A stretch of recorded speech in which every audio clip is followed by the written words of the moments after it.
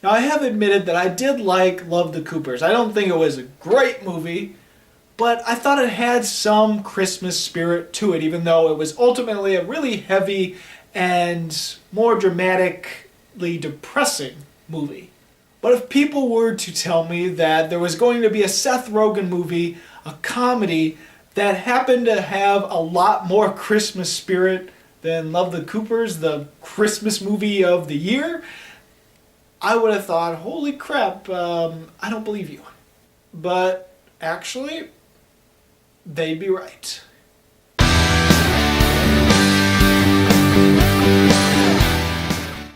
It is about a group of guys played by Joseph Gordon-Levitt, Seth Rogen, and Anthony Mackie. These three friends have had the Christmas tradition of getting together mainly to cheer up our main character because he just lost his parents, Joseph Gordon-Levitt. This tradition has gone on for years where they just go have a fun time, spend time for Christmas, drinking at bars, going to karaoke, doing all these different types of things. The one thing that they really needed to go to, though, is they heard about this special secret Christmas party that they never get a chance to go because they're never invited. But through means I'm not going to spoil to you, Joseph Gordon-Levitt gets the invitations for this secret exclusive Christmas party. And what better way to celebrate their last Christmas together, because right now Seth Rogen has a family, Anthony Mackie is getting too famous because he's this football player, and so this becomes their last hurrah, their last moment for this tradition of getting together for Christmas to go party. Now listen, I know this was going to be similar to a lot of Seth Rogen movies. I knew this was going to be a fun, really funny, really outlandish, crazy movie. But what I didn't expect were two things. One, it felt a lot more Christmas-like than a lot of other Christmas classics. Now the thing is, it is spoofing off of a lot of Christmas classics like It's a Wonderful Life, Home Alone, Christmas Carol, and several other ones that are easy to spot if you look for them. But instead of just strictly spoofing off them and making fun of them, it somehow feels more genuine. It feels like it's something they're spoofing off of, but at the same time adding to the movie, adding to those classics, and feeling like it's genuinely meant to be Christmassy. It feels like a really good holiday movie. Unfortunately, it's rated R, so yeah, it's not a movie you can take your family to. It may have all the right lessons, all the right traditional nuances, all the right cliches, all the right things that make it a true Christmas movie, but it is rated R, it is crude, it is full of cursing, there is some dick jokes and some dicks. There's also female nudity, there's all the things that would make it R. Oh yeah, and drug use, of course, because Seth Rogen is stoned throughout this whole movie. Well, practically throughout the whole movie. Which is perfect because he's really good at it. He is really funny and really good at it. Now, another thing that I kind of didn't expect, even though I kind of knew it was going into it because I had watched reviews before I had seen the movie, is that it was a lot more dramatic than I thought and a lot more subtle with its drama than I realized. Now, I'm not going to say it's really, really subtle, but at the same time, it's not what you expect from this sort of buddy comedy that's supposed to be crude, that's supposed to be just friends partying and having a good time. It's really good at its drama. And I think what really helps that is that the three actors have a really great chemistry together. All three of them are good at their roles, and all three of them feel like they're true friends. Like, if you have a group of friends and you see these people, you can understand, yeah, that's how friends would act with each other. Yeah, that's how friends would deal with problems. Yeah, that makes sense. That's how friends argue and how friends behave together. It feels legit, and they're all really good at it, which is surprising because it's three people that you think, how on earth would these three people have chemistry together? Because they're so totally different people.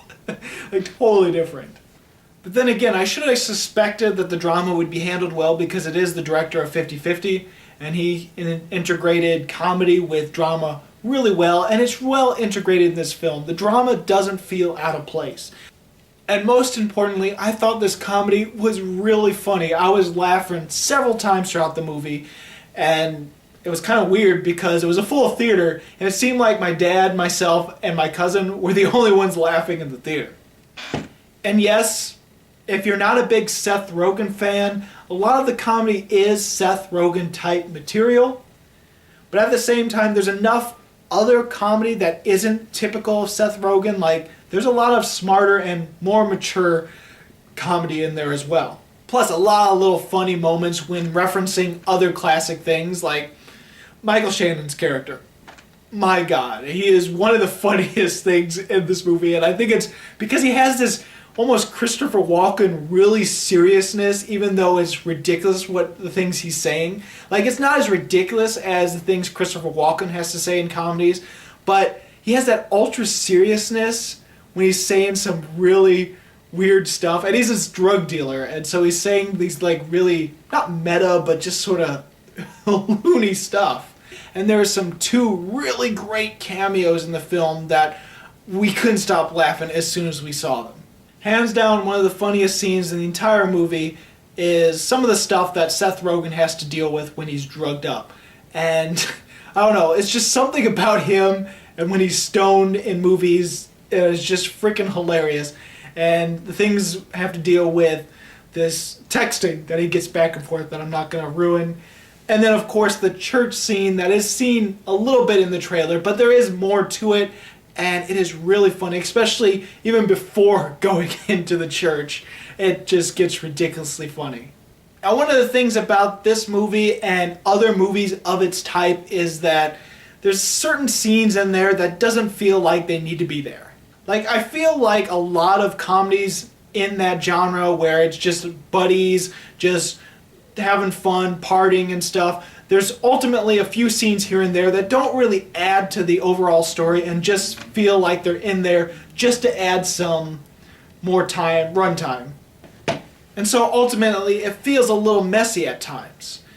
But most of that mess and most of that sort of fluff happens towards the beginning of the film. Not the beginning where you're introducing all the characters and stuff, but in the beginning when they're starting to do some of the more traditional stuff. It's like it's like almost every scene between when they start going on their partying for the night and then before they get to the karaoke. Like, all that in between was kind of useless, and it was more of a montage, really, so it wasn't that big of a deal. But other movies of its genre have been messier and have had more fluff, so I gotta hand it to them for not feeling as messy or fluff. Granted, a few subplots and a few different things could have been taken out, but overall I really found them enjoyable, and I didn't feel bothered with some of these subplots being in the movie. Listen, this is one of, if not the best comedy of this year for me. It's not the funniest comedy. I still have to hand that to Ted 2, and you might hate me for that, but I can't help it. Ted 2 at least had a moment where I couldn't stop laughing so much that I was tearing up, and it actually had maybe 2 or 3 moments in the movie that were like that. Night Before didn't have any of those moments, but I did laugh throughout the entire movie, practically. So while Ted 2 is the funniest movie I've seen this year, The Night Before is definitely the best comedy I've seen this year. Well, best comedy that's strictly comedy and not like horror comedy. And so I'm going to give The Night Before 4 stars. It's more of a 4.25. It's more of 4 1/4, but it's closer to 4 than it is 4.5. So have you seen The Night Before? What did you think about it? Go ahead and comment. If not, what is your favorite holiday comedy? It could be Christmas, it could be Thanksgiving, if there is any comedies of other holidays, whatever. Holiday comedy, what's your favorite? And as always, this is Bruce Gifford, and this was just my opinion.